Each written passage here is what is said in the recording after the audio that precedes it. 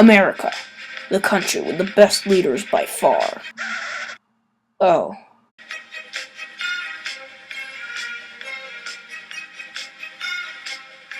Number 5. Richard M. Nixon, 37th President.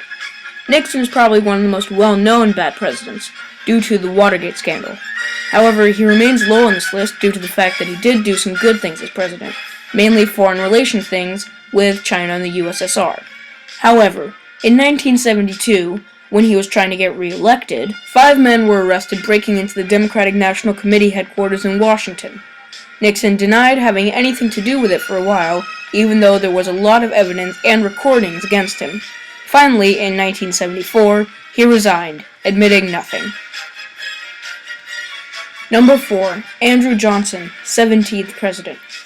Johnson took office after Abraham Lincoln was assassinated, and he had some big shoes to fill. He also had to deal with post-Civil War reconstruction of the U.S. However, after adding the 13th Amendment to the Constitution, which freed those slaves that hadn't been by the Emancipation Proclamation, he didn't get very far with helping the freed African Americans. Congress, or at least the part of Congress known as the Radical Republicans, wanted to pass the Civil Rights Act of 1866, but Johnson vetoed it. Why? Because he was racist. You heard me. Abraham Lincoln's successor was a racist. Congress managed to still get the bill made into a law, but this was just the beginning. Johnson kept vetoing bills, and Congress kept overriding his choices. Finally, it reached a boiling point when Johnson fired Secretary of War Edwin M. Stanton in early 1868. The House of Representatives responded by voting for his impeachment, because the firing of Stanton went against the Office Act. This law said that the president couldn't remove certain government officials without the Senate's go-ahead. Johnson wasn't convicted, but he was denied renomination. Number 3. Andrew Jackson, 7th President. Jackson's most notable action that gets him on this list is the Indian Removal Act of 1830, which forced Native Americans to move off their land. This eventually also led to the horrible Trail of Tears in 1838 and 39, which forced over 15,000 Cherokees to march from Georgia, their homeland, all the way to Oklahoma.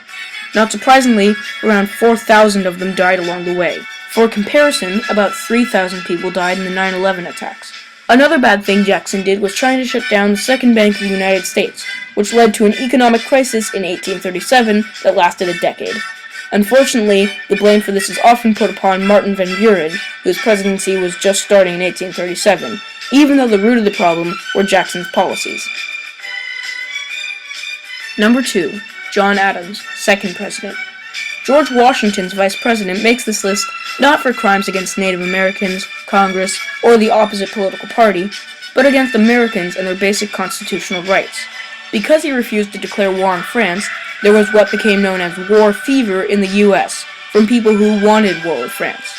By the way, the reason America didn't like France was because France was encouraging pirates to attack American ships. During this fever, Adams signed 4 laws in 1798. The Alien Act, the Alien Enemies Act, the Naturalization Act, and the Sedition Act.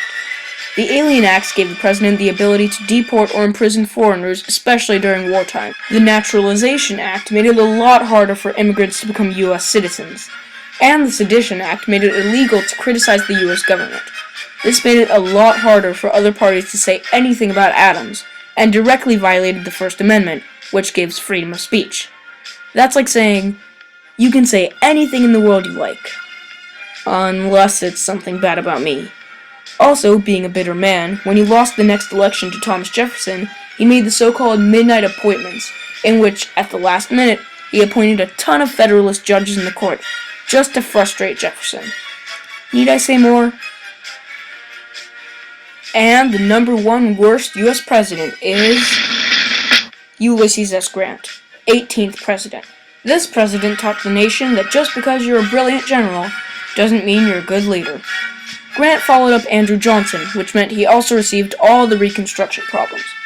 Grant also was very bad at making decisions, and others took advantage of this. While Grant in himself was honest, those he appointed were not, and used tax payments for their own interests. His time in office was scarred by scandal upon scandal upon scandal from corrupt government officials. In 1873, the stock market crashed, leading to an economic depression that lasted 5 years. In short, Grant started off his term badly with small scandals that eventually destroyed his whole presidency. Kinda reminds me of this scene from Phineas and Ferb. Hey, look, Ferb. Here's bolt number 473. I hope that wasn't important.